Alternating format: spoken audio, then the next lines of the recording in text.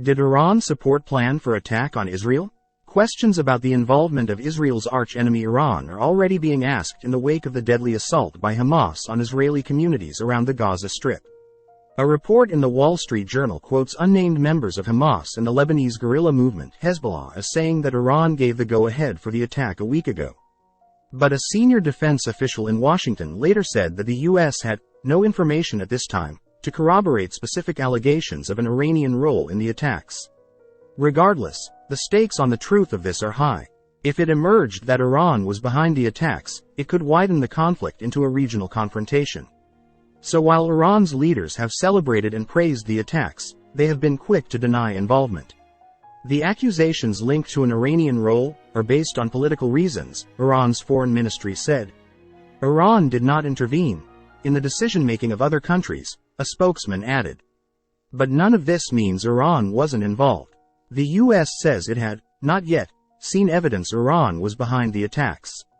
However, Secretary of State Antony Blinken noted that there is certainly a long relationship. Tehran has been one of Hamas' main sponsors for many years, providing it with financial assistance and vast quantities of weaponry, including rockets. Israel has spent years trying to disrupt Iran's supply routes to Gaza, which involve Sudan, Yemen, ships in the Red Sea and Bedouin smugglers in the lawless Sinai Peninsula. As one of Israel's most implacable foes, Iran clearly has a vested interest in seeing the Jewish state suffer. I would say that it's not too much to assume that Iran is involved, Chaim Tomer, a former senior officer with Israel's foreign intelligence agency, Mossad, told the BBC. This is the response of Iran to reports that a peace treaty is going to happen between Israel and Saudi Arabia. But Mr. Tomer said he found the suggestion that Iran actually ordered Saturday's attack a little bit cumbersome. Yes, it's true that Iran is the #1 provider of equipment to Hamas, he said, and that they were training them in Syria and even, reportedly, in Iran. Israel, he said, had been watching the movement of Hamas officials in recent months.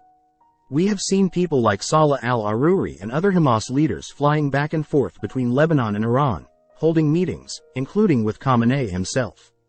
But this intimate relationship was not enough, Mr. Tomer said, to explain the timing of the attack. Hamas was very much tuned to the inner conflict in Israel, he said. Iran sustains and supports every logistic and military aspect, but I think the decision was at least 75% an independent decision by the Hamas leadership. Raz Zimt, an Iran expert at Tel Aviv University, agrees. This is a Palestinian story, he posted on social media today.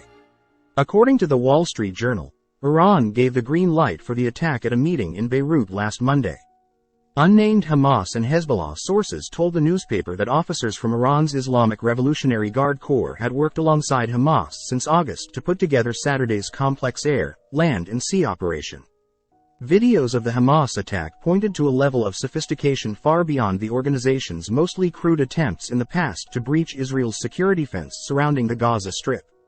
The simultaneous use of rockets, drones, vehicles and powered hang gliders suggested that the operations planners had studied other recent examples of hybrid warfare, perhaps including Ukraine. But the decision to attack, Mr. Raz said, was taken by Hamas, based on its own interests, arising from the Palestinian reality.